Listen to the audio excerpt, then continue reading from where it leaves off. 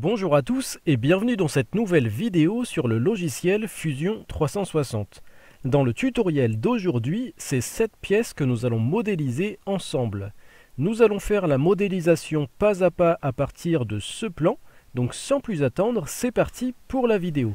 La première chose que nous allons faire, c'est créer une nouvelle esquisse, et cette nouvelle esquisse, on va la créer sur ce plan. On va venir faire un rectangle avec les codes que l'on voit ici, donc de 31,8 et de 15,8. Donc pour ça, on va dans Créer, rectangle et rectangle par le centre. On va partir de l'origine et on vient tracer notre rectangle avec les bonnes cotes. Une fois que c'est fait, on va pouvoir quitter cette esquisse. Et à partir de cette esquisse, on va faire une extrusion pour donner du volume. Donc ça va être une extrusion de 1 mm. Je prends donc ma fonction extrusion, j'extrude dans cette direction, je renseigne ma cote de 1 mm et je peux valider. Ensuite, on va venir créer une nouvelle esquisse sur le dessus et on va faire toutes les extrusions ici de 4,8 mm de diamètre. Donc pour ça, on prend l'outil cercle. On place un premier cercle de 4,8 mm. Ce cercle, on va le positionner par rapport à l'origine. Dans cette direction, on va renseigner une valeur de 12 mm. Et dans l'autre direction, on renseigne une valeur de 4 mm. On va pouvoir quitter cette esquisse. Et à partir de cette esquisse, on va faire une extrusion d'une valeur de 1,8 mm. Donc je prends la fonction extrusion, je sélectionne le cercle et j'extrude dans cette direction de la bonne valeur. Cette extrusion, on va la répéter. Pour ça, on va dans Créer réseau et réseau rectangulaire. Dans Type d'objet, on va choisir Fonction. Je sélectionne mon extrusion, je sélectionne un axe et on va venir faire des répétitions dans cette direction. On dit qu'on veut 4 répétitions sur une longueur totale de 24 mm.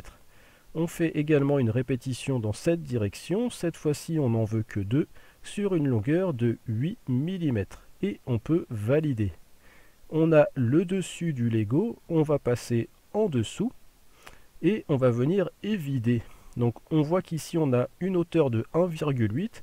On y rajoute 1, ça fait 2,8. Et si on regarde ici, on voit que le creux fait 1,7. Ça veut dire qu'il reste 1,1.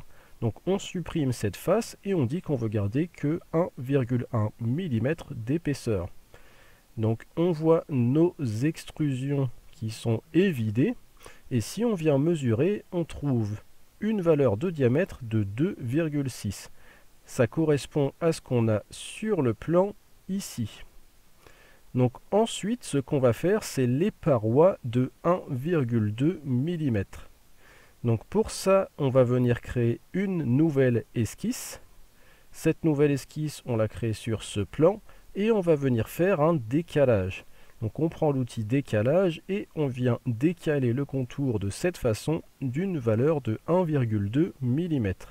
On peut quitter l'esquisse. Et à partir de cette esquisse, on va faire une extrusion. Donc on voit ici qu'on a une hauteur de 9,6. On va retirer les 1 mm qu'on a déjà mis et il va nous rester 8,6. Donc je prends la fonction extrusion, j'extrude dans cette direction de 8,6 mm et on peut valider.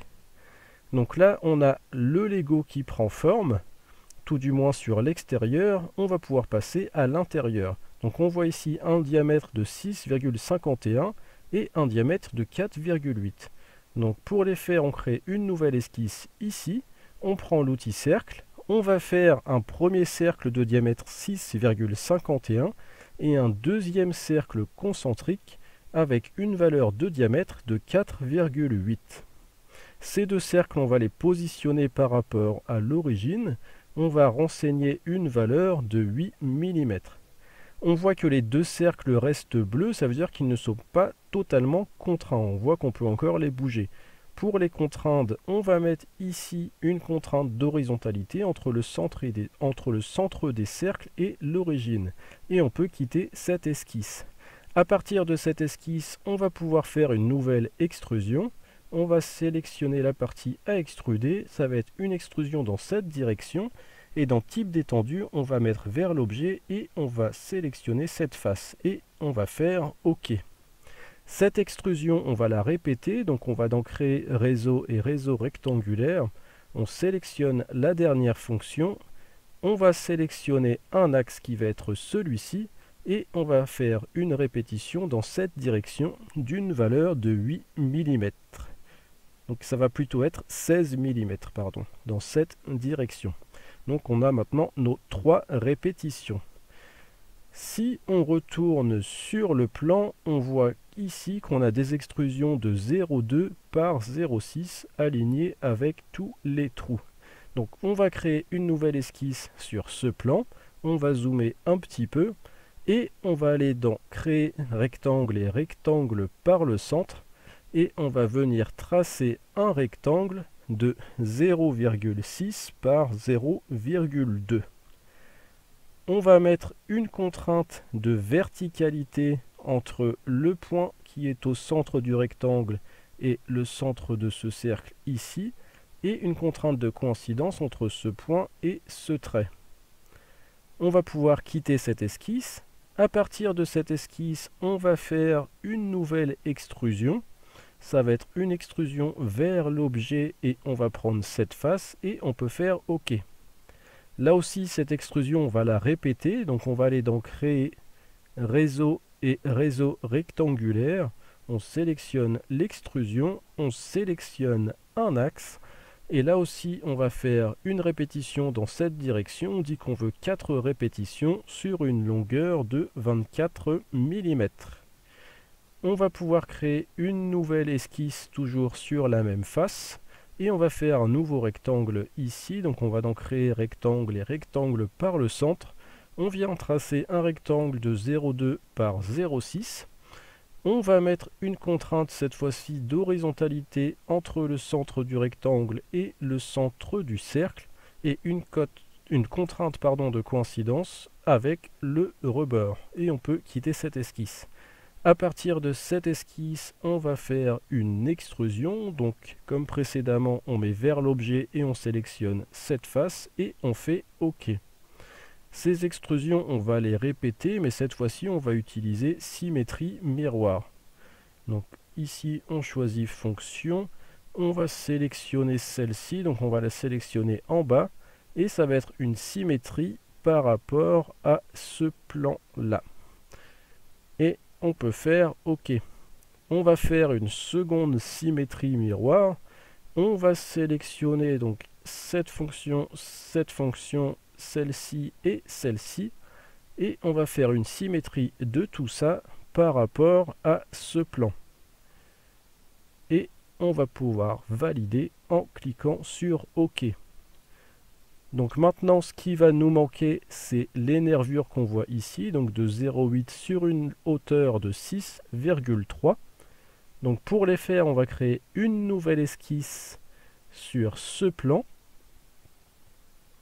On va aller dans créer, projeter, inclure et projection. On va projeter le fond de façon à pouvoir mettre une cote. On va venir tracer un trait horizontal. On va le coter, donc on va le positionner par rapport au fond, donc par rapport à notre projection. Et on va renseigner une valeur de 6,3 mm.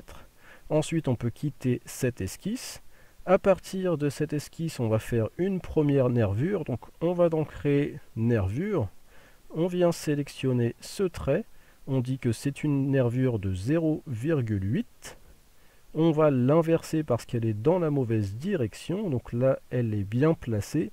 On va pouvoir valider. Et on va faire une symétrie miroir de cette nervure. Donc on va la sélectionner. Et on va sélectionner un plan qui va être celui-ci. Et on peut faire OK. Donc là, on a notre Lego qui est terminé. Ce qu'on va pouvoir faire, c'est rajouter de la couleur pour que ce soit comme sur le plan. Donc pour ajouter de la couleur, on va aller ici dans l'arborescence. On va faire un clic droit et on va cliquer sur Apparence. Donc là, on a toutes les matières. On va choisir Plastique. Et dans plastique, on va mettre ABS. On va double-cliquer dessus pour changer la couleur. Et on va choisir du rouge. On peut faire terminer. Donc, c'en est terminé pour la pièce d'aujourd'hui. J'espère que ce tutoriel vous aura plu et vous aura été utile. Je vous invite à me laisser vos impressions dans les commentaires et je vous invite également à vous abonner à la chaîne pour voir d'autres tutoriels sur la modélisation 3D sur le logiciel Fusion 360.